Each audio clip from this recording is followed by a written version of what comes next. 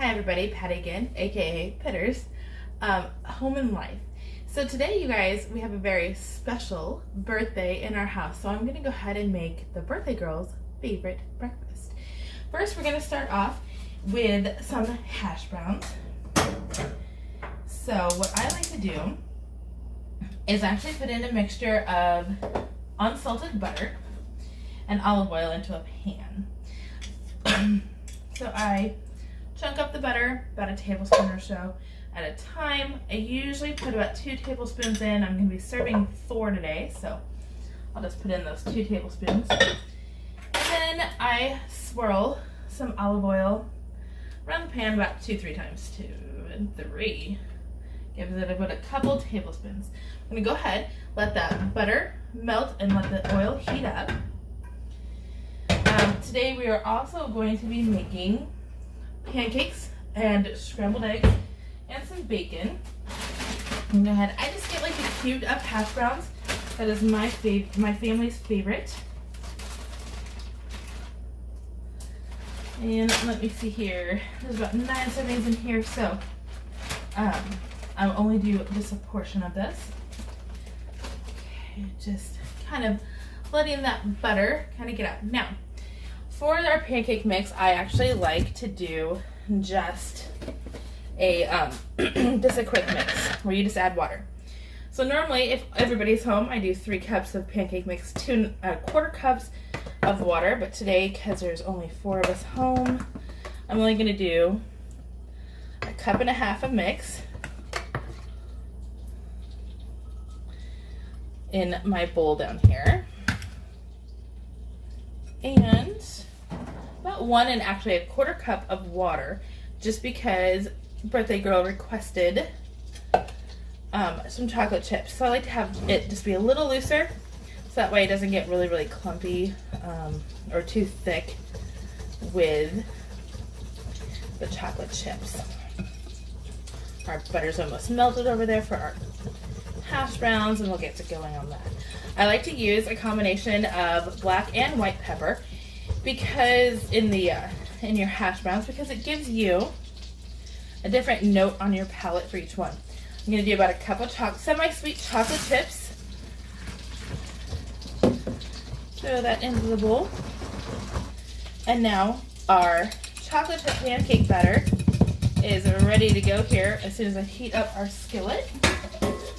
Okay, this is ready for the hash browns. I'm going to put about 1/3 of the bag in here. Yep, that looks about good. And I'm going to give it a stir after I throw on some salt and not only black but white pepper. So there's some white pepper. I like to use kosher salt. You don't have to use as much. I'm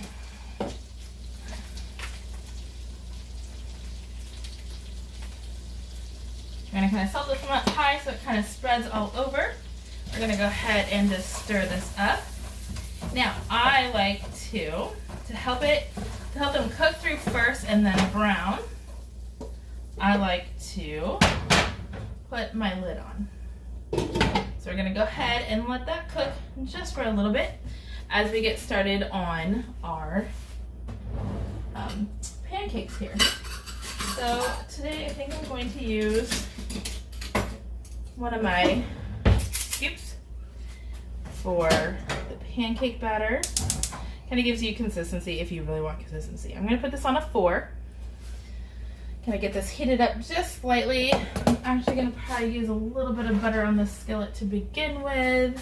Of course, if you heat it up enough, you shouldn't really have to use it. I'm going to add just a little so I know that it's getting hot. Just a tiny little bit. Okay. So, do you guys like to do things special for your birthdays? Or are there particular breakfasts or meals that you like to have, or that your family likes you to cook? Okay. On their birthdays or on your birthday? I'm going to do just a little bit more batter.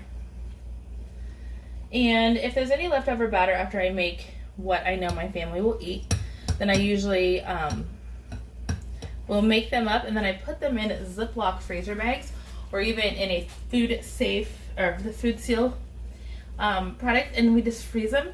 Then you can just microwave them. Waffles you can always throw into the toaster and things like that. So I'm gonna go ahead here, and actually I'm gonna move you guys so you guys can see the pancakes cooking. There we go. Now with pancakes, you want to look for little kind of bubbles. That's when it's going to indicate that it's time for you to flip your pancakes over, because when that first side is done.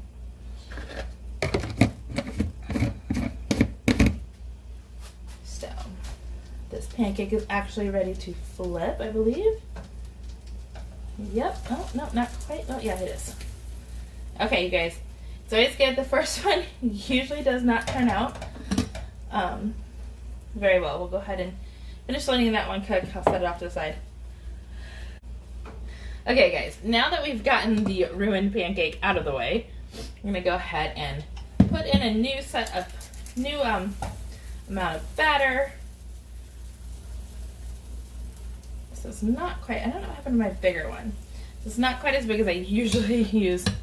I'm missing one of my things. So, anyway, now we're going to wait patiently and let this this pancake kind of bubble up a little bit more. I'm going to go ahead and I'm going to check on my hash browns here, see how they're looking.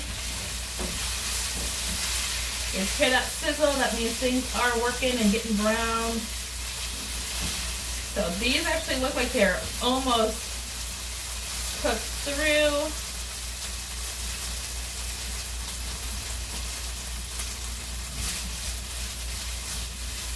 So they're not like frozen anymore,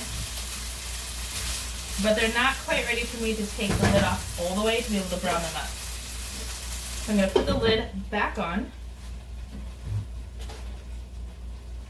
and let that cook just a little longer.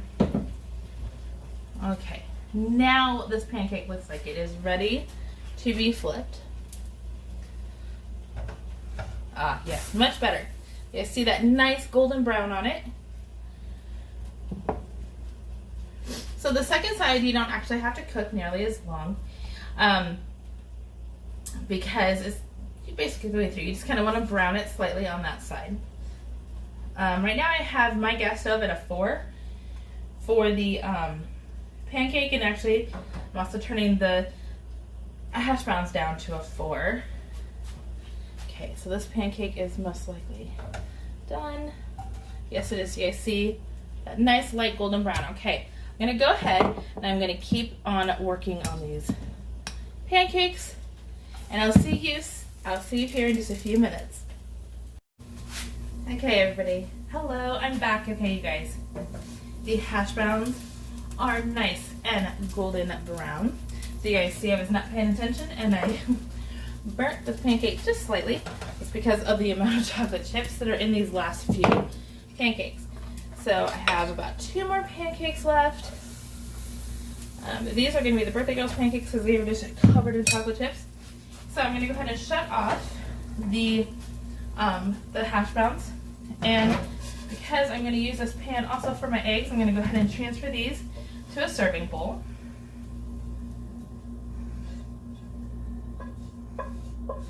And I'm just going to kind of cover them up. Let's put these back here and just kind of cover them up. So I like to, for cost effective wise, if you buy block cheese and shred it yourself, it's actually less expensive usually. To get a nice, we use Kobe Jack in a lot of our dishes because that's just what the family likes. And that could be kind of on the soft side, so I usually, if I remember to, I try to put it in, a small chunk of it in that we're going to use in the freezer for about 20 minutes before I start shredding it. Okay, let me see here. Let's see how much shredded I have. Okay, I have probably about a cup of shredded cheese. I'm going to go ahead and I'm going to start with my eggs. So, out of all of us who are eating here today, the 4 of us, only 3 of us eat eggs. I don't really eat eggs or a lot of meat, really. That's just preference, things like that. So I actually do have a lot of vegetarian meals that I will be starting to record and put up on this channel. So if you are really into vegetarian or would like to just try out like a meatless Monday or something like that, be looking for those coming real soon. Okay, now I have all of my pancake batter done. I'm gonna go ahead and get started on these eggs. So, I usually like to work with a garbage bowl really close by me when I am cooking. Just that way I have a place to put things that I do not need anymore. So I'm probably going to do probably 2 eggs each for the family. So that means I will be doing 6 eggs.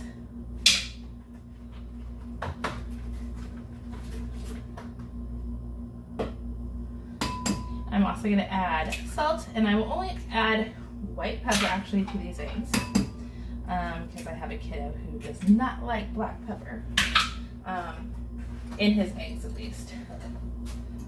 Okay, so I'm going to scramble these up or whisk them up to make scrambled eggs.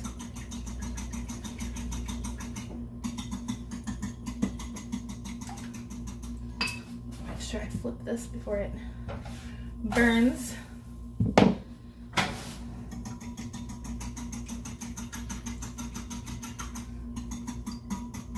These eggs don't want to break it. Okay. I'm actually going to go ahead and start preheating the skillet again. And keep this about a 4. Okay, a little bit of pepper. I'm going to actually add both. It'll be fine. And just a tiny bit of kosher salt. Once again, you want to salt kind of from a little high up, so that way it kind of gets all over. Of course, I am whisking this, so it'll get mixed in and incorporated anyway. Okay.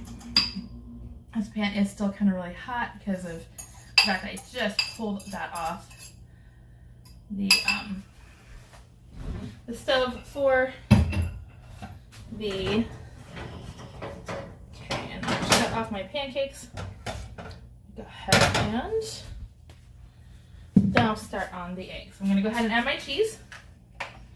The bowl I chose was a little too small. Otherwise, I normally would have added the cheese in the bowl before adding it into the pan. So I did about a cup of shredded cheese. And I'm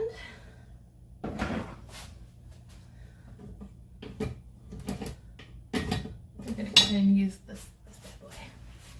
Okay, we're going to go ahead. I'm going to bring you guys over here in hopes that you guys can see the pan just a little better. Okay, you guys, I am back. We fixed the problem, I hope. Okay, so you guys, this scrambled eggs cook up really, really quickly,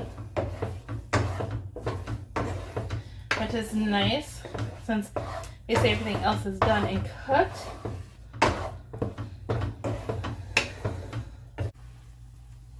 Okay, you guys, hopefully this will stay up. So like I was saying, scrambled eggs cook up really quickly. So usually the reason why, and they also can get cold quickly. So that's the reason why I usually cook them last.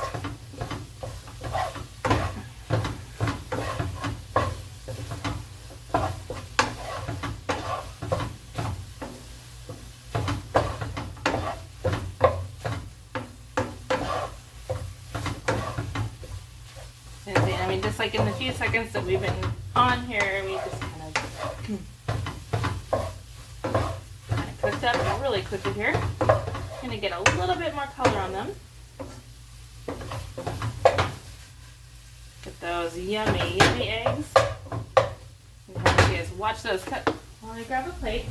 It's a plate of the birthday girl's breakfast. So I know she's gonna want a couple of pancakes.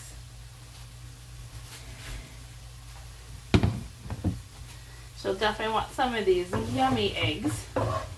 And then a scoop of hash browns. So go ahead, and we're actually going to shut off the eggs because they are all done. Now we'll be back to show you her plate. Okay, you guys, here you guys, here is birthday girl's breakfast. I cannot wait to call her down so that she could eat this yummy meal that she asked me to prepare for her. Thank you guys all again for coming to Pitter's Home and Life, and I'll see you next time. Bye.